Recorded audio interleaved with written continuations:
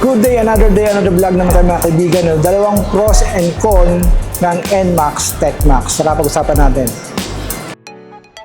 Sawa ka na bang mag-commute at makipagsiksikan sa ibang pasahero? Pwes, magmotor ka na kaibigan. Hustle no more kapag nakamotor.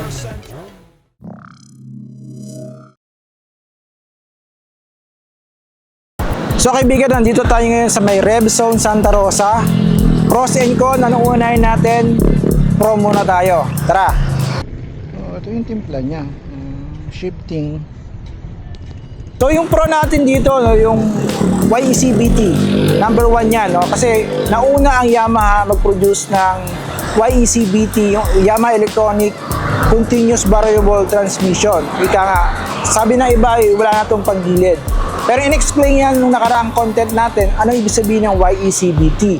Dahil ito yung nauna, kung ikaw yung nauna, ikaw yung hari sa bentahan nito, sa kategory nito. Kaya pro na pro to sa mga gustong mag-upgrade at gustong mauna at maging stand out pagdating sa kanilang scooter. Actually, nung titingnan mo yung ano niya, yung features itong NMAX TechMax na to, para siyang maliit talaga ng XMAX eh.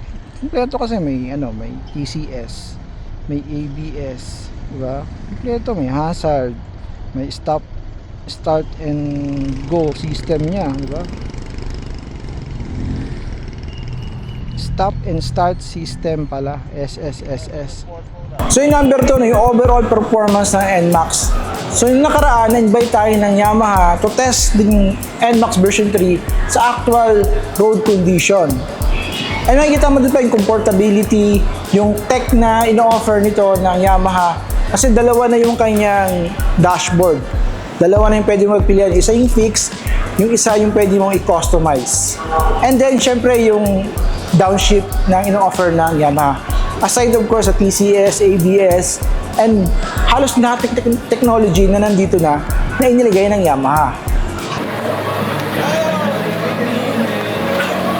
Okay kaibigan, pagdating naman sa cons, yung fuel consumption. Ayon sa feedback ng mga user nito, 37.5 km per liter ang gas consumption nito sa isang litro. 37.5 km per liter.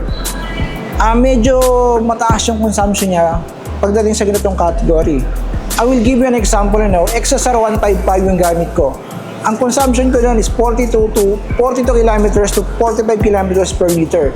Depende yun sa road condition and riding habit ko. Medyo malayo yung agwat considering na scooter siya.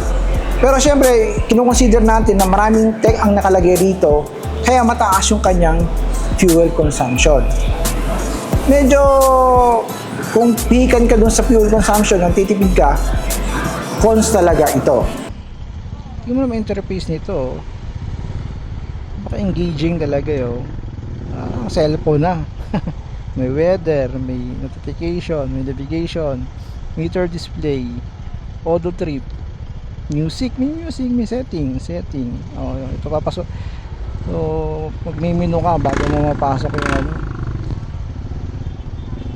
So, back. Ito yung back. May back din siya,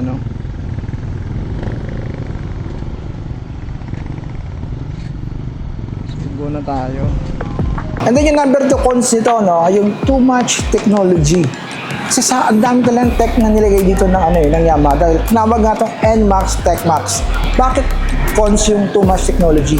Dahil may mga motorcycle user talaga na gusto nila yung ease of use lang. Hindi naman kailangan para i-connect pa yung app mode sa unit na to. And yung maraming mga complicated na mga bagay-bagay sa motor. Kaya cons din yan kasi may drawback din niya ika nga. Gusto nilang mga user dito yung simple lang dahil ako personally magka galing ko sa bahay, trabaho, hindi na para isipin yung mga bagay-bagay na yan, yung too much technology. Para sa akin yun talaga yung isa sa con. Although, syempre, too much technology, it comes with the price naman. Medyo hefty price yung NMAX nito.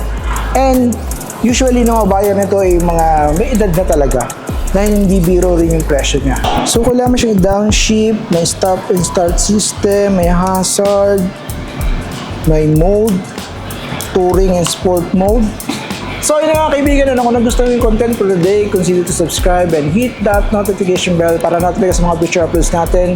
Yun lang, see you on the next video. At kung may gusto kang ipa-review ng motor, comment down below. Malay mo, susunod yun na ating ma-review. Yun lang, see you on the next video. Cut!